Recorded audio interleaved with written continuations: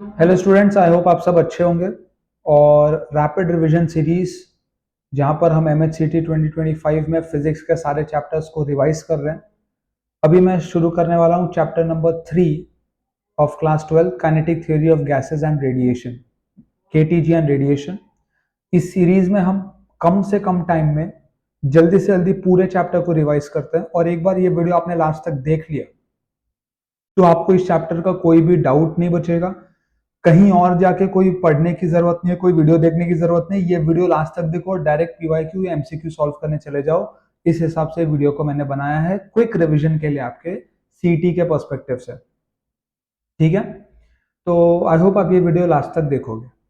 आज हम कवर करेंगे KTG एंड रेडिएशन को। पहले ये दो अलग अलग चैप्टर्स हुआ करते थे। काइनेटिक थ्योरी ऑफ गैस अलग होता था, रेडिएशन अलग चैप्टर होता था। अब KTG एंड रेडिएशन करके उन्होंने एक ही कंबाइन कर दिया इसको। ठीक है, तो जो हम जो शुरू करेंगे that would be from idol gas. ठीक है, तो आइडल गैस के लिए 3 लॉ है हमारे पास, बॉयल्स लॉ, चार्ल्स लॉ और गay-lussac लॉ। ठीक है, बॉयल्स लॉ क्या कहता है? Volume is inversely proportional to pressure at constant temperature. Charles law कहता है volume is directly proportional to temperature at constant pressure. And गay-lussac लॉ कहता है कि pressure is directly proportional to temperature at constant volume. ठीक है, इन तीनों law को जब हम कंबाइन करते हैं तो हमें क्या मिलता है? Ideal gas equation. Ideal gas equation and which is PV is equal to nRT। अब आप नंबर ऑफ मोल्स को m/m0 लिख सकते हो, n/Na लिख सकते हो। उसके बाद R/Na को हम Kb लिख देते हैं which is Boltzmann constant. This is usually Avogadro number. Okay, तो PV is equal to NKBTB लिखा जाता है, where KB is your Boltzmann constant. ठीक है, N is your number of molecules.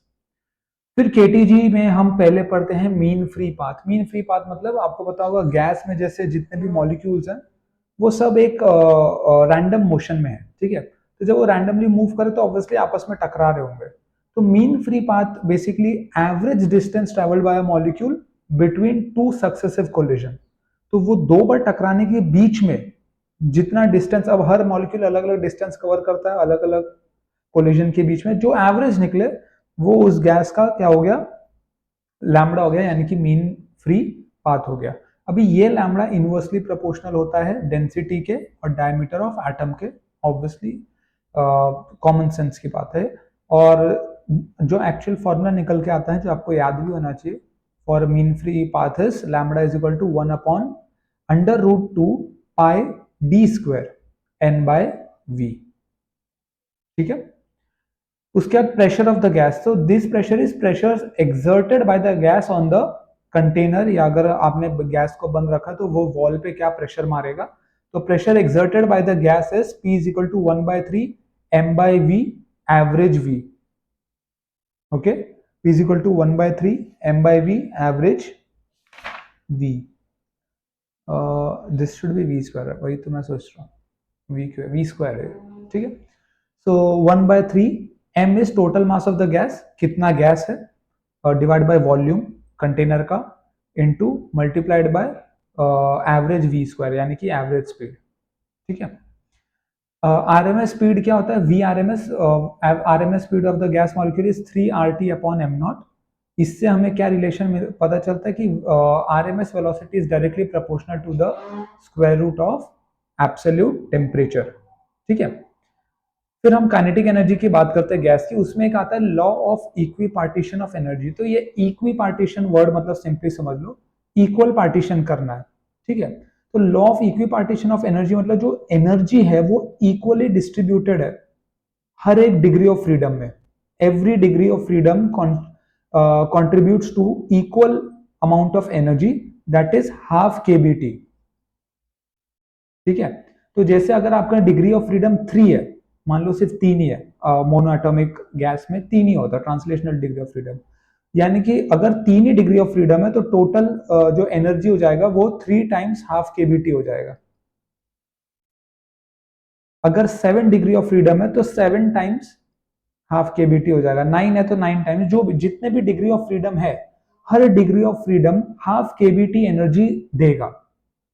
इसी को बोलते हैं law of equipartition of energy. तो यहाँ पे लिखा है for a gas in thermal equilibrium, for a gas in thermal equilibrium temperature T, the average energy for molecule associated with each quadratic term is half kBT। अच्छा, degree of freedom क्या होता है?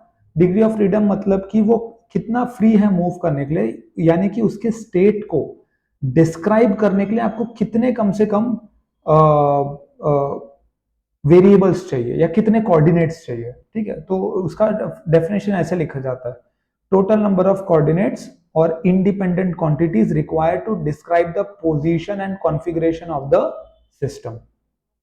ठीक है, उसके बाद आ जाते हैं डिग्री ऑफ फ्रीडम। ये याद कर लो, मोनो एटॉमिक गैस में ट्रांसलेशनल डिग्री ऑफ फ्रीडम 3 है, डाई एटॉमिक में ट्रांसलेशनल 3 होता है, रोटेशनल 2 से 3 दोनों हो सकता है, और वाइब्रेशनल 0 भी हो सकता है या 2 भी हो सकता है। ठीक है, फिर आते हैं स्पेसिफिक हीट कैपेसिटी पे। नाउ अब स्पेसिफिक हीट कैपेसिटी बेसिकली क्या होता है, इसमें ये जो इंपॉर्टेंट वर्ड है वो है हीट कैपेसिटी।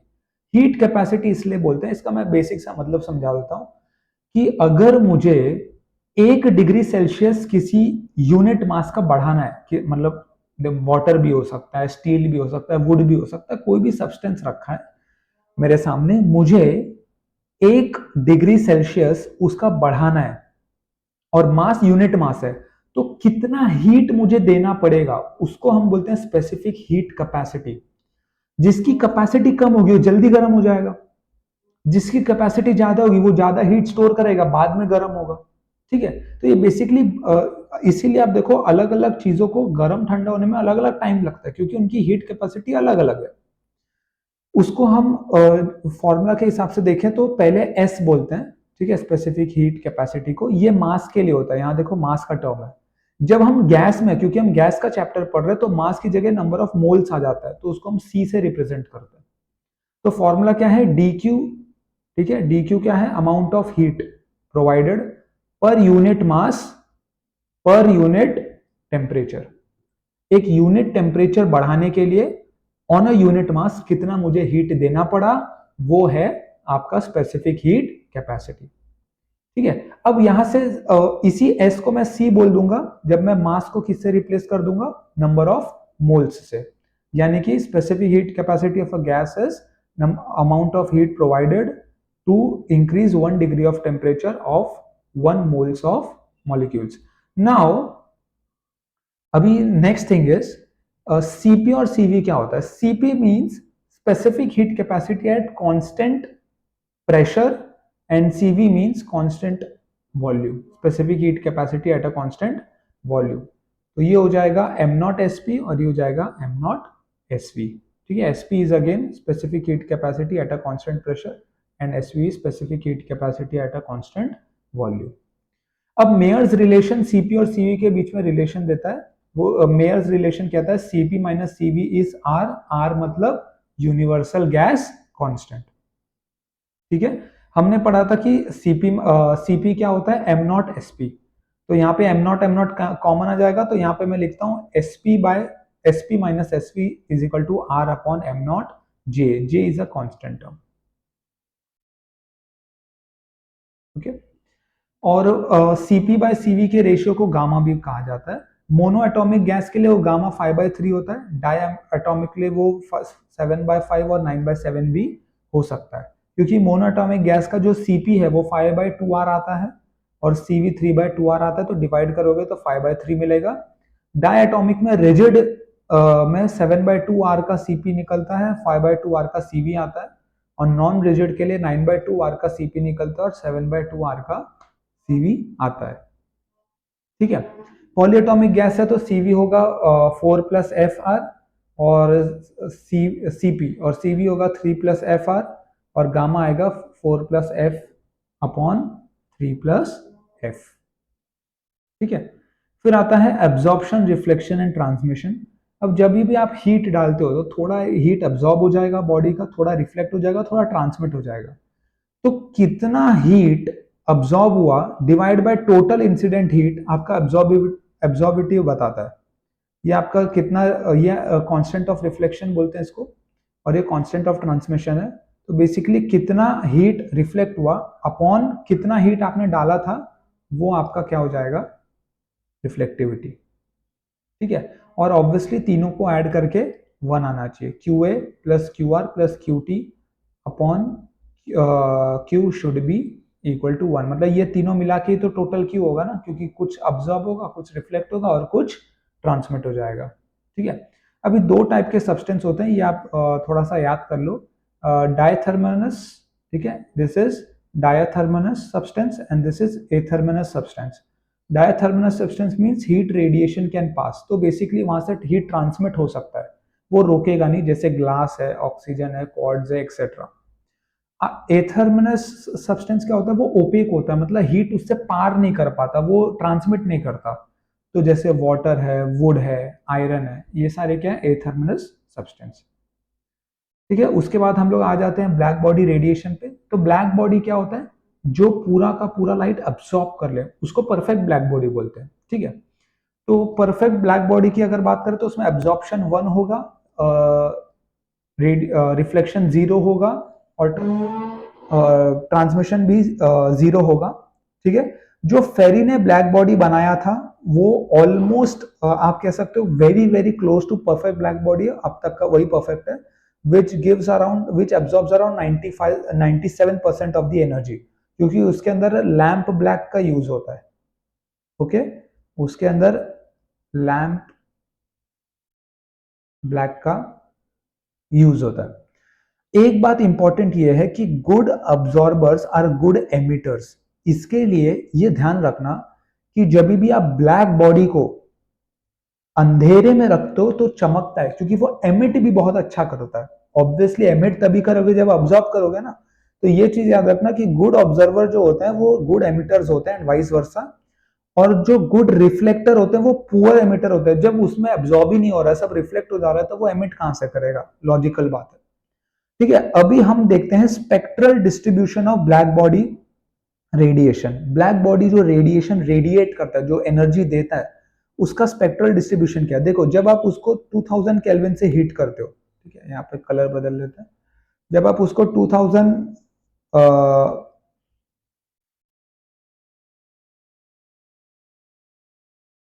हाँ, जब आप उसको 2000 केल्विन से हीट करोगे तो वो जो रेडिएशन एमिट करेगा वो उसका वेवलेंथ कुछ यहाँ पर होगा।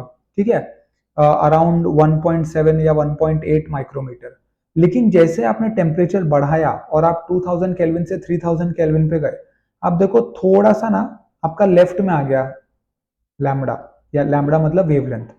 मतलब जितना आप टेम्परेचर बढ़ा रहे हो, ठीक है, उतना वेवलेंथ कम हो रहा है। अभी यहां देखो ये वेवलेंथ और कम हो गया, और वेवलेंथ कम होते होते क्या है, इंटेंसिटी बढ़ रहा है। ऑब्वियसली टेम्परेचर बढ़ेगा तो इंटेंसिटी बढ़ेगा, लेकिन इंपॉर्टेंट बात क्या है, वेवलेंथ घटते जा रहा है। तो अगर कम टेम्परेचर रहेगा, अगर आप कम हीट दोगे ब्लैक बॉडी को, तो वो बड़े बड़े वेवलेंथ का, कम इंटेंसिटी का एमिट करेगा रेडिएशन। लेकिन जैसे आप टेम्परेचर बढ़ा दोगे, उसका इंटेंसिटी भी बढ़ेगा और वेवलेंथ क्या हो जाएगा, कम हो जाएगा।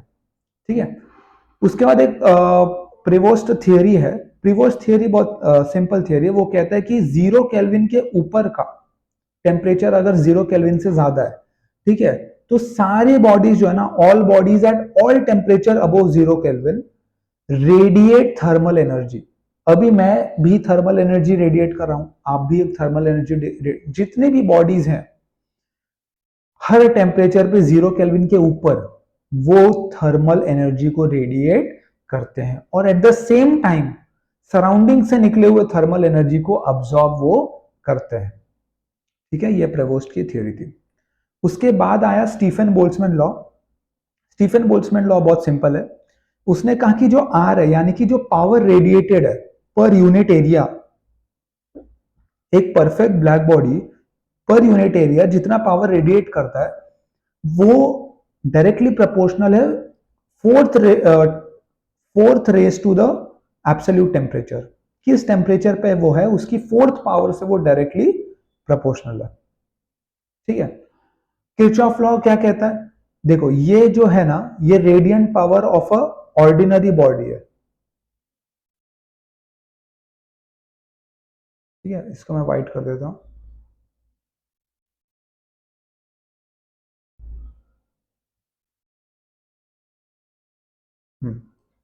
तो अगर आर को, एक ऑर्डिनरी बॉडी के आर को आप उसके ए से डिवाइड करोगे तो आपको ब्लैक बॉडी का आर मिल जाएगा, ब्लैक बॉडी का रेडिएंट एनर्जी मिल जाएगा। और किरचॉफ लॉ ने यह भी प्रूव किया कि ए इज इक्वल टू ई, मतलब जितना एब्जॉर्ब करोगे उतना, आप जितना एब्जॉर्बिटिविटी होगी उतना एमिटेंस भी होगा आपका, ठीक है। A is not Q A, remember A is Q A upon Q and E is Q E upon Q, ठीक है। फिर वेन्स डिस्प्लेसमेंट लॉ है। ऑब्वियसली आपने देखा कि लैम्बडा जो है वो इनवर्सली प्रोपोर्शनल टू टेम्परेचर है, हमने अभी ऊपर देखा ना कि टेम्परेचर जब बढ़ रहा था तो लैम्बडा कम हो रहा था, ठीक है। तो मोटा मोटा चैप्टर में इतने ही कॉन्सेप्ट है। अभी हम फॉर्मूला देख लेते हैं। ये हमने डिस्कस किया, PV is equal to NRT, और PV is equal to N K V T भी लिख सकते हो, क्योंकि हम मोल्स को एम बाय एम नॉट लिख सकते हैं या एन बाय एन ए लिख सकते हैं, और उसके बाद आर बाय एन ए को हम बोल्ट्जमैन कांस्टेंट भी बोलते हैं, ठीक है। लैम्बडा क्या है, ये मीन फ्री पाथ है, which is 1 upon root two pi D square N by V, या K B T upon root two pi D square P, ठीक है। फिर अगला जो है power exerted by the gas molecule is 1 by 3 n by v m into average speed का square. ये confuse मत होना, ये वॉल्यूम है, this is not speed, this is volume and this is speed, okay. V R M S under root 3 R T by M naught, या उसी को under root 3 P by rho भी बोलते हैं, या उसी को अंडर रूट 3 बाई 2 के बी टी भी लिख सकते हैं। ऐसा फॉर्मूला याद कर लो, सीटी में क्वेश्चन आ सकते हैं।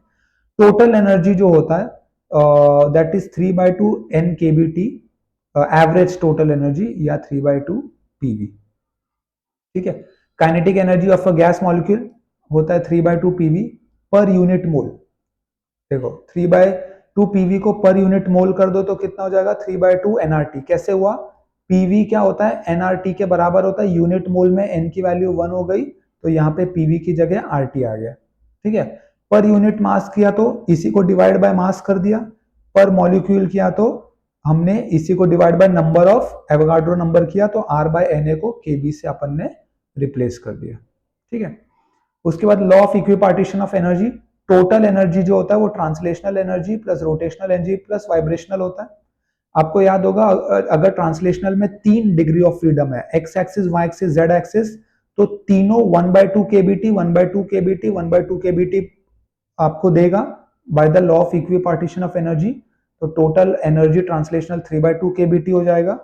रोटेशनल में क्या हो जाएगा, obviously half M V square को रोटेशन में हाफ आई ओमेगा स्क्वायर लिखते हैं। और उसके बाद वाइब्रेशनल में 2 एनर्जी होता है, kinetic energy vibrational, potential energy vibration, जिसको हम क्या लिखते हैं, half M U square plus half K R square. ये हमने देखा था Mayer's relation, CP minus CV R होता है, सीपी बाय सीवी गामा बोलते हैं हम, एसपी बाय एसवी होता है आर बाय एम नॉट जे, ठीक है। आर क्या होता है, emissive power that is Q upon eighty, ठीक है। किसी भी ब्लैक बॉडी के लिए जो क्यू होता है वो sigma A T raise to the 4 T होता है, this is time, okay, small T is time, उस टाइम तक उसने कितना रेडिएशन दिया। और अगर आपको एनवायरनमेंट का सराउंडिंग का टेम्परेचर पता है तो आप लिख सकते हो Q is equal to sigma A T raise to 4 minus T naught raise to 4 into T. तो यहाँ पे जो टी रेज टू 4 था वो हो जाएगा T raise to 4 minus T naught raise to 4। T naught 4 क्या है, सराउंडिंग का टेम्परेचर, ठीक है। फिर Q क्या है फॉर एन ऑर्डिनरी बॉडी, ई ए, यहाँ पे ई भी आ गया, देखो यहाँ पे क्या आ गया, ई आ गया, ठीक है। E A sigma T raise to 4 T, same ही फॉर्मूला, खाली ऑर्डिनरी बॉडी के लिए ई आ जाएगा। D Q by D T क्या होता है, यहाँ पे टी यहाँ पे ले लो, तो D Q by D T क्या आएगा, E A sigma T raise to 4 minus T naught, और हमें वेन डिस्प्लेसमेंट लॉ से पता है lambda max is equal to B by T. So this was your chapter KTG and radiation. छोटा ही chapter है, ज्यादा कुछ है नहीं इसमें। अगर आपने पहले ये चैप्टर पढ़ा होगा तो आई होप ये चैप्टर आपका रिवाइज हो गया होगा अच्छे से, ठीक है। तो आज के वीडियो में इतना ही, इस सीरीज के अगले वीडियो में मिलेंगे फिर से। Thank you very much for watching this video. Please पढ़ाई करना मत भूलिएगा। Thank you.